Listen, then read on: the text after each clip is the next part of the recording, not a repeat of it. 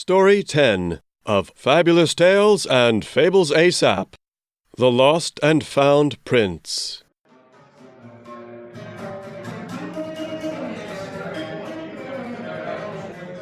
The Lost and Found Prince. Scene 2.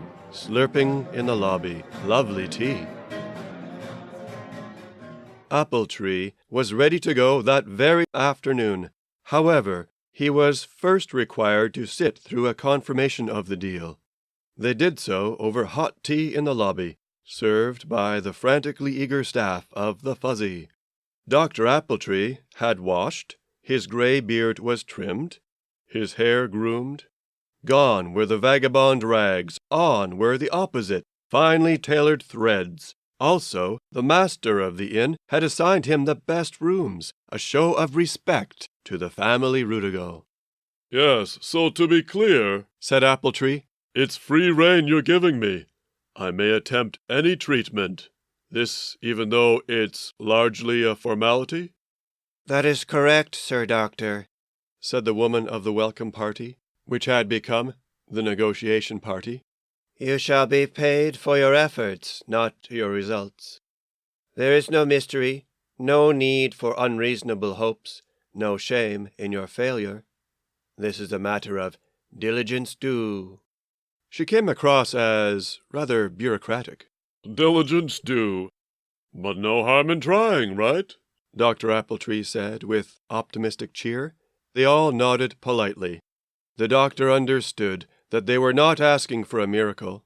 They had called the doctor in as an outside specialist to give an unbiased assessment, knowing it likely the poor boy, not quite 20 years of age, was beyond saving.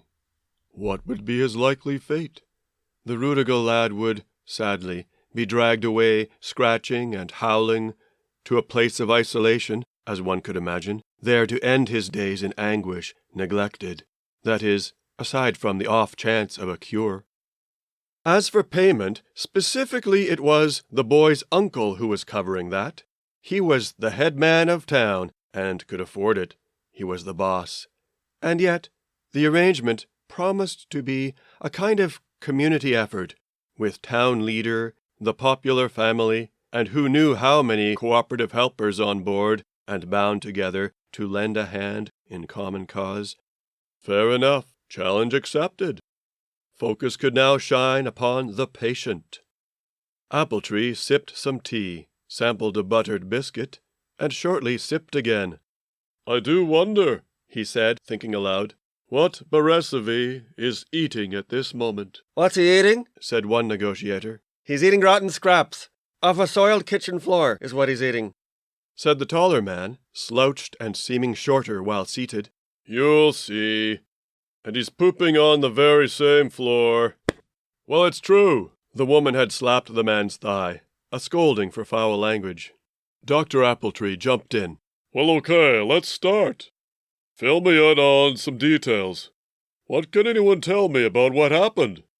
However, there was a distraction as a pair of well-dressed ladies arrived, talking loudly.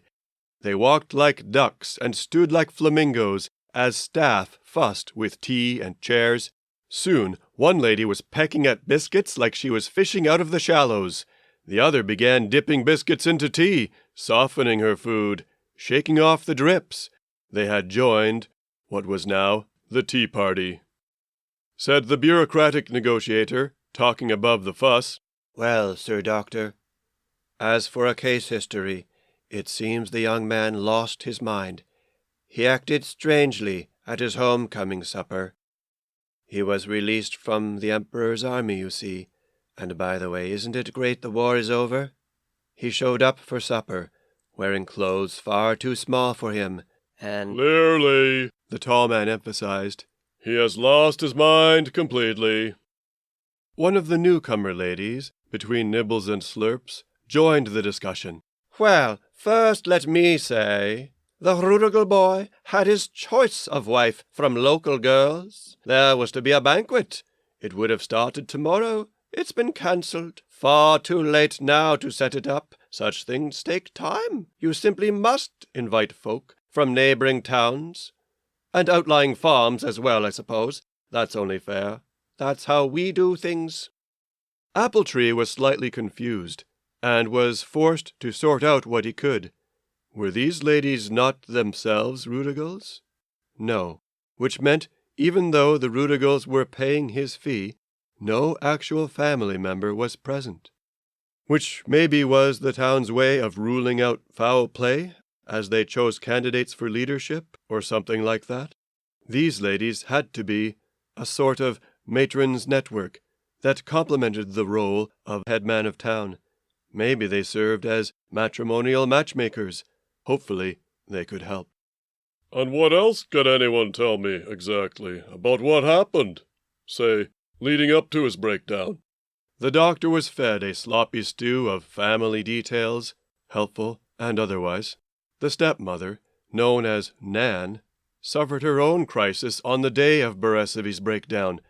Nan was too busy cooking at the time, and was unable to deal with it. "The poor girl.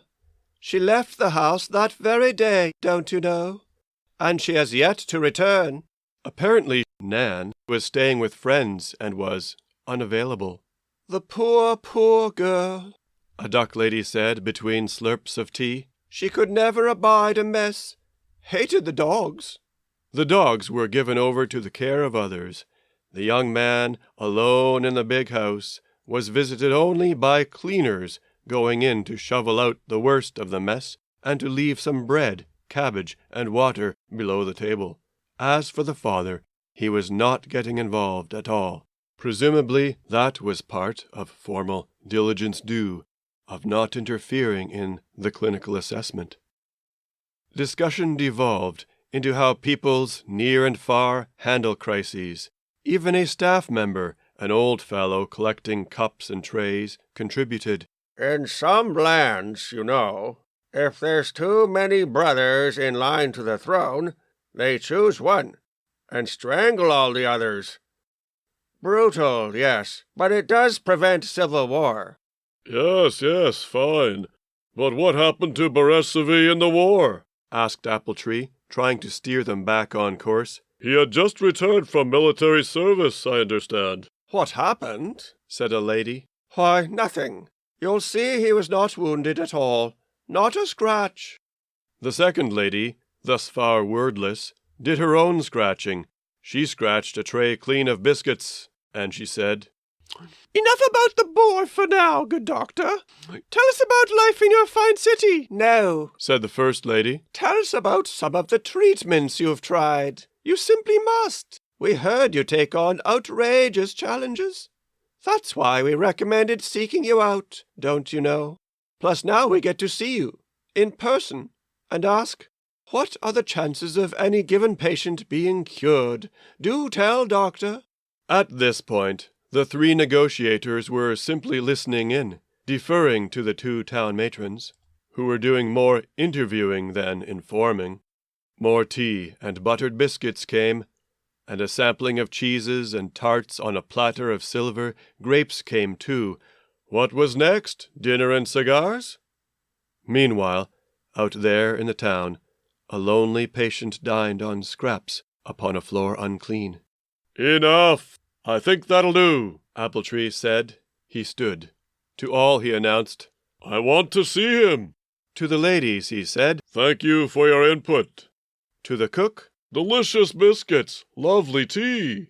To the negotiators he commanded, "Let's go." And looking at them sternly, he added, "I am indeed known for cures unusual, so hold this in mind, that however odd my methods appear, all the same, do not interfere." The idle slurping of tea in the lobby was over. The job was on.